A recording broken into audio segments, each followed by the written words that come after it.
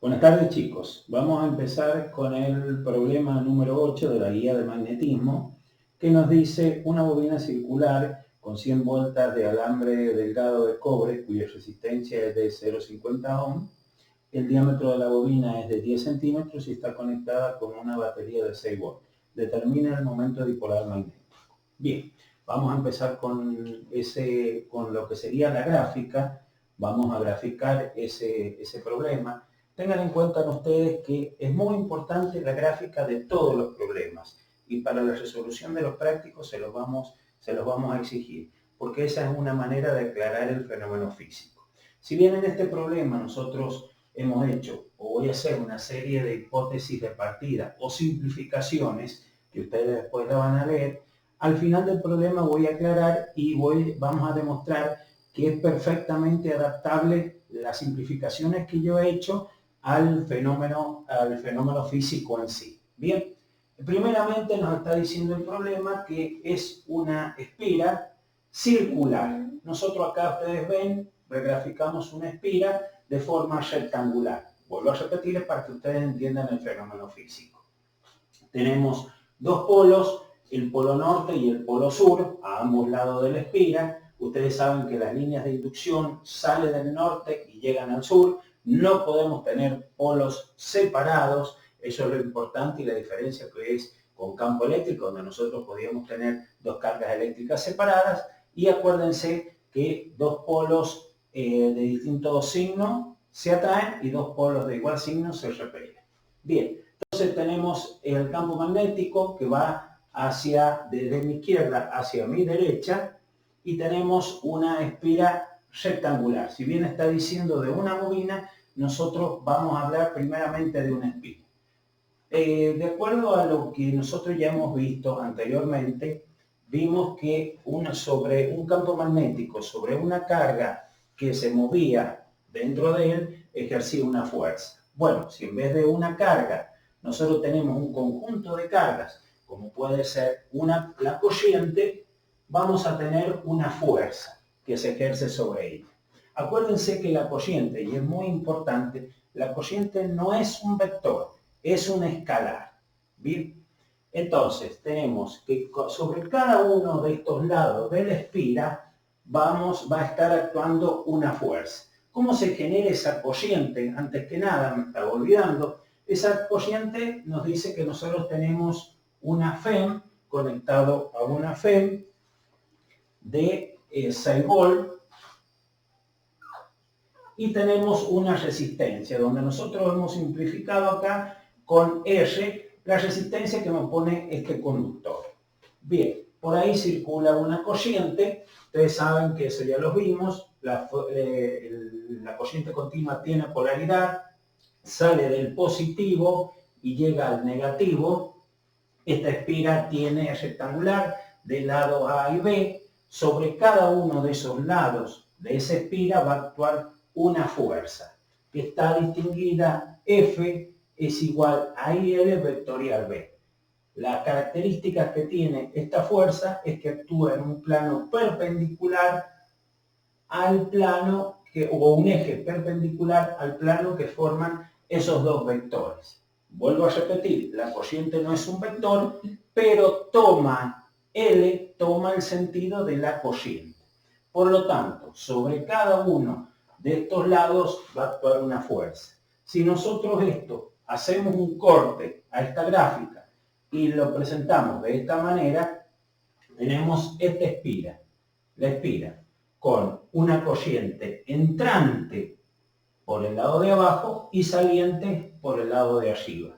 Este lado está representado acá en forma inclinada.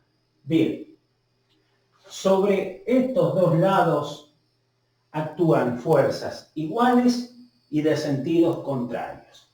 Es decir, esto es I y esto es B. Llevo el vector I que va hacia abajo al vector B. Por la regla de la mano derecha, curvo los dedos en el sentido del primer vector hacia el segundo. La fuerza es saliente del lado del pizarrón. Esta sería F1 actuando sobre el lado 1 Y F3, perdón, sería igual y de sentido contrario. Esta fuerza, el módulo, está dada por esta expresión, en donde θ va cambiando punto a punto. Ahora lo que más nos interesa, esta en realidad no me produce un movimiento de la espira. Si estuviera pivoteada acá en el centro, no me produce un movimiento de la espira. Lo que sí me va a producir un movimiento de la espira son las fuerzas 2 y fuerza 4. O sea, sobre el lado, los dos lados horizontales, que está distinguido acá con la fuerza F2 y F4. F2, la corriente es saliente, que sería esta, es decir, que sale del pizarrón. Si sale del pizarrón, tengo saliente, al ir a B, I por L igual a B, el vector es I por L, acuérdense que la corriente no es un vector, me da F2 y F4 hacia abajo. Esta I es entrante y B es hacia mi derecha, F4 hacia abajo. Es decir, esto trata de hacer girar, estas fuerzas trata de hacer girar con un momento de torsión tau a la espira. F2 y F4 están dados por esta expresión. Bien, nosotros acá, vuelvo a repetir, si bien es una espira circular, esto sería una espira circular, ya vamos a ver por qué hemos hecho una espira rectangular y después lo podemos asemejar a esa espira que nos está hablando el problema. El momento de torsión es R por F, esa es la definición que ustedes tenían ya de física 1. Si nosotros operamos con esa expresión, lo cual está demostrado en los apuntes teóricos o en la guía teórica que se ha mandado por la plataforma, llegamos que es a mu por B, donde mu recibe el nombre de momento dipolar magnético. Momento dipolar magnético que es muy parecido al momento dipolar eléctrico. Es un vector que en consecuencia tiene módulo, dirección y sentido. Mu, el módulo está dado por N, por I, por A. Fíjense que acá no hacen ninguna simplificación si es rectangular o si es circular o tiene cualquier otra forma. Mu simplemente me está diciendo donde N es el número de vueltas, es decir, no es lo mismo una espira que 10 espiras. Bien, la corriente es la corriente que circula por cada una de ellas y A es el área de la espira. Bien, este momento dipolar magnético, definido el módulo, la dirección y sentido es perpendicular al área de la espira, es decir, que tiene dos sentidos. Y el sentido lo tomo por el sentido en que yo arrollo la espira, valga la redundancia, en el sentido de la corriente. La corriente circula así, entonces yo arrollo y mu tiene este sentido. El ángulo entre mu y B se denomina θ. Nosotros lo denominamos θ. Bien. La corriente que circula por esta espira o por la bobina, vamos a decir, es la tensión dividido en la resistencia, lo cual yo he hecho esa simplificación con esa R, que es la resistencia que me opone todo el conductor. El área, acuérdense, pi por diámetro al cuadrado sobre 4 o pi por r cuadrado, de tal manera que tengo el área de ese círculo y mu toma ese valor, que es amper por metro cuadrado. Una unidad de corriente por una unidad de área. Bien, dicho esto, nosotros podemos decir ahora a qué se refiere tau. Tau, que es el momento de torsión, que es el que me va a producir el giro de la espira. Ya dijimos anteriormente que algo lógico, si yo tiro la espira de acá y está sujeta en el centro o con cualquier otro punto, ¿no? Esto va a intentar girar. Bien, Tau me pregunta el problema que en el apartado, esto sería el apartado A, el apartado B me dice, determine el momento de torsión, magnitud máximo en la bobina, porque fíjense que el momento de torsión va variando conforme esto va girando, el tita va variando. El momento máximo, ¿dónde lo voy a tener? ¿Cuándo voy a tener el momento máximo? Si esto es B y esta es la espira, el momento máximo lo voy a tener cuando sea 90 grados. Acuérdense que este producto vectorial incluye el seno del ángulo comprendido, es decir, el seno de 90. Mu, vuelvo a repetirles, es perpendicular al área de espira. Entonces, cuando el ángulo entre mu y B sea 90 grados, voy a tener el máximo momento de torsión.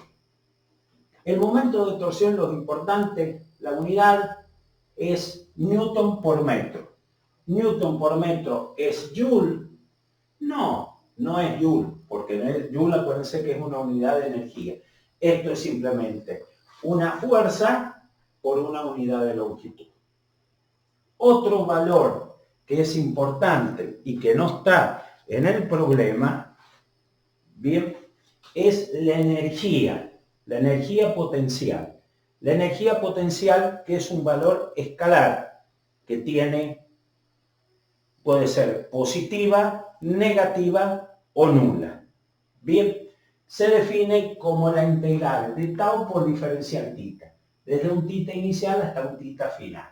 Por ejemplo, si nosotros decimos, este es el instante inicial y el instante final es cuando mu y b tengan un ángulo de 180 grados o de un ángulo de pi, entonces mu, la energía potencial que se guarda en el sistema o no, que el sistema me puede entregar a la gente exterior, sería mu por b por el seno de tita, que es esta expresión.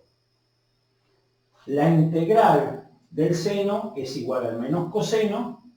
Si yo opero desde tita, desde pi sobre 2 hasta pi, tengo que la energía potencial necesaria para hacer girar esto hasta esta posición, cuando estén acá, es decir, que esta espira yo la hago girar,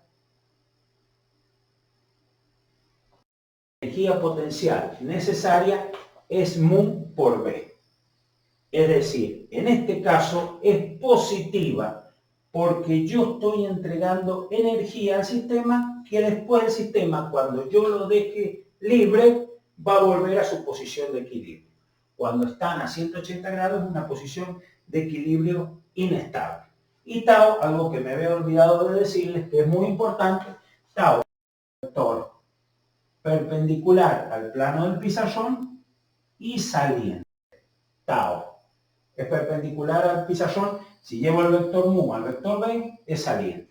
Algo que voy a aclarar y que es muy importante, vamos a borrar acá, porque he hecho estas simplificaciones de una espira circular, una espira rectangular, y no una espira circular en un principio.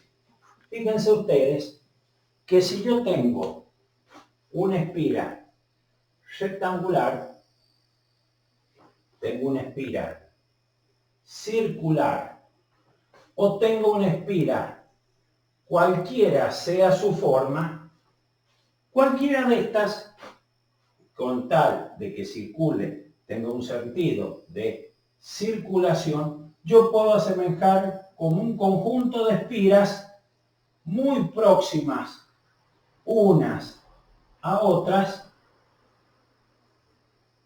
un conjunto de espiras rectangulares. Y sobre cada uno de estos lados nosotros vamos a tener cocientes de sentidos contrarios.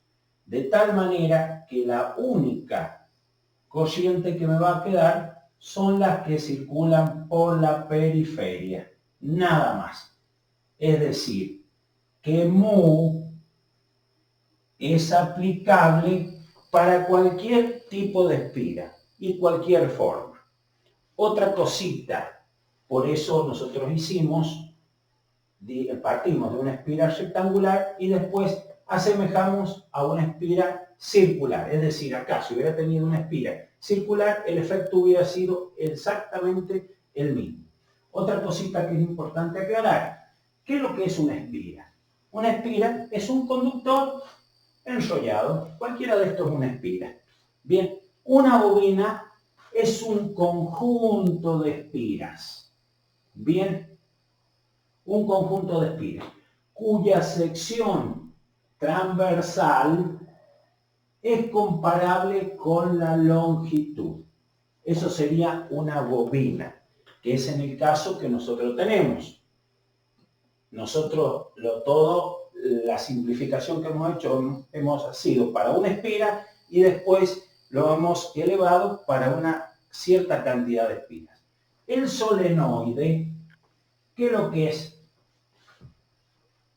Es un conjunto de espiras, pero la diferencia que tiene con la bobina es que el área es mucho menor, no es comparable con la longitud. Es decir, su longitud es mucho, si lo comparamos longitudes, la longitud es mucho mayor que el radio.